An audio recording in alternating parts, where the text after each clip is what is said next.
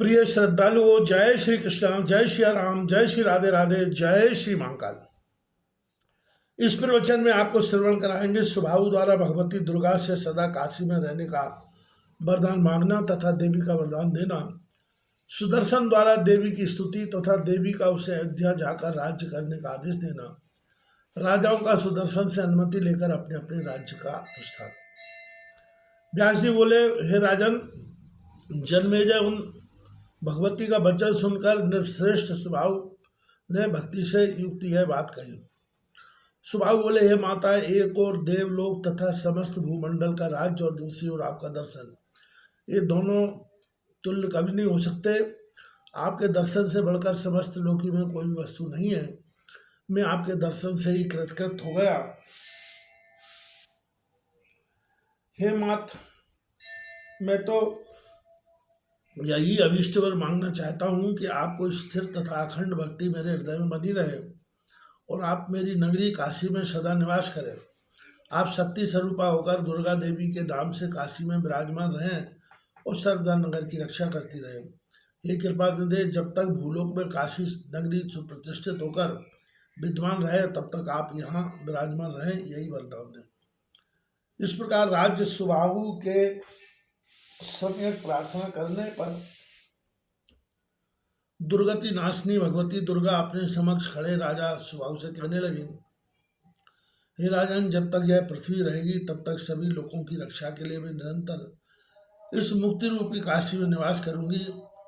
इसके बाद सुदर्शन बड़ी प्रसन्नता के साथ वहां आकर उन्हें प्रणाम करके परम भक्ति के साथ उनकी स्तुति करने लगे।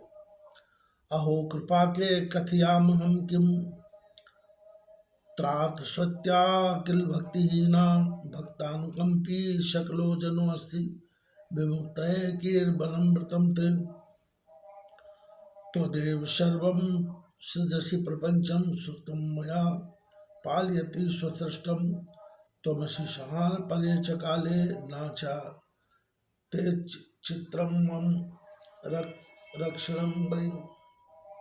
अहो, मैं आपकी कृपा का वर्णन करूं तब करूं।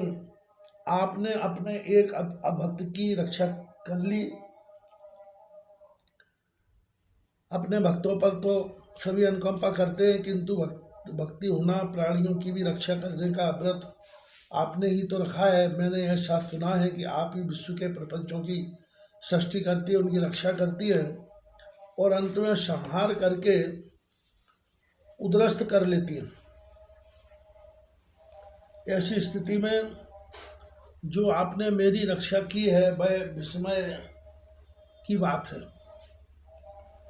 करोमि किम ते बद देवी कार्यम क्वाभजामि तेनुमोदयाशु कालय बमूढ़ो स्मृत बाच्यागम गच्छामि तिष्ठे वैरामि मात।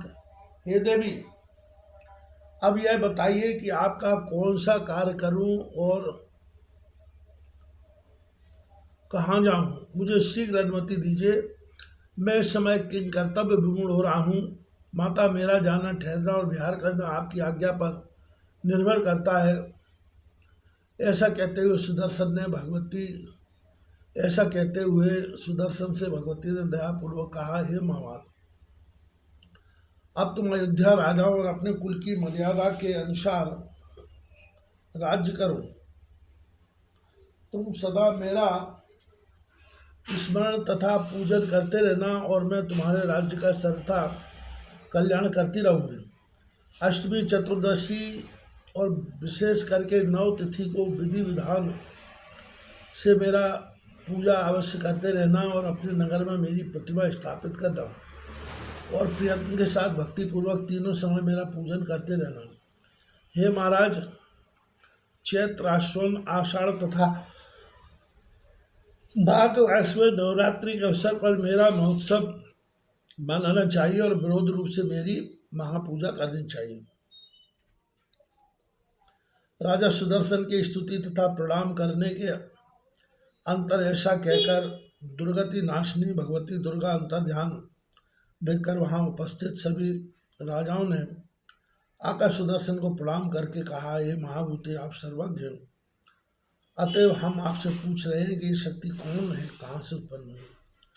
राजाओं के पूछने पर सुदर्शन बोले, हे राजाओं, ये भगवती सबकी आदि स्वरूपा है, महालक्ष्मी के रूप में प्रतिष्ठित हैं। वे वरेण्य हैं और उत्तम सात्विकी शक्ति के रूप में समस्त विश्व का पालन करने में तत्पर रहती हैं। रजोगुण से सृष्टि, सत्गुण से पालन एवं तमोगुण संसार से संहार करती हैं। इसी कारण त्रिगुणात्मिका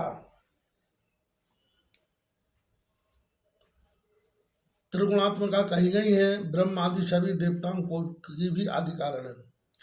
सुदर्शन का वचन सुनकर वे राजा भी भक्ति परायण हो गए और उन देवों को ही परम शक्ति मानकर सुदर्शन से अनुमति लेकर अपने अपने घर चले गए। महाराज सुबाहु काशी चले गए और धर्मात्मा सुदर्शन वहां से अयोध्या की ओर चल पड़े।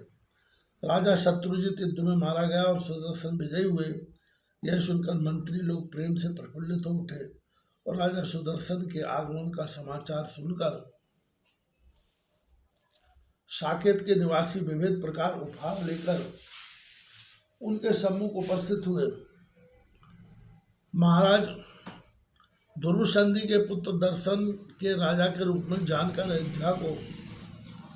अयोध्या की समस्त प्रजा आनंद विभोर हो गई।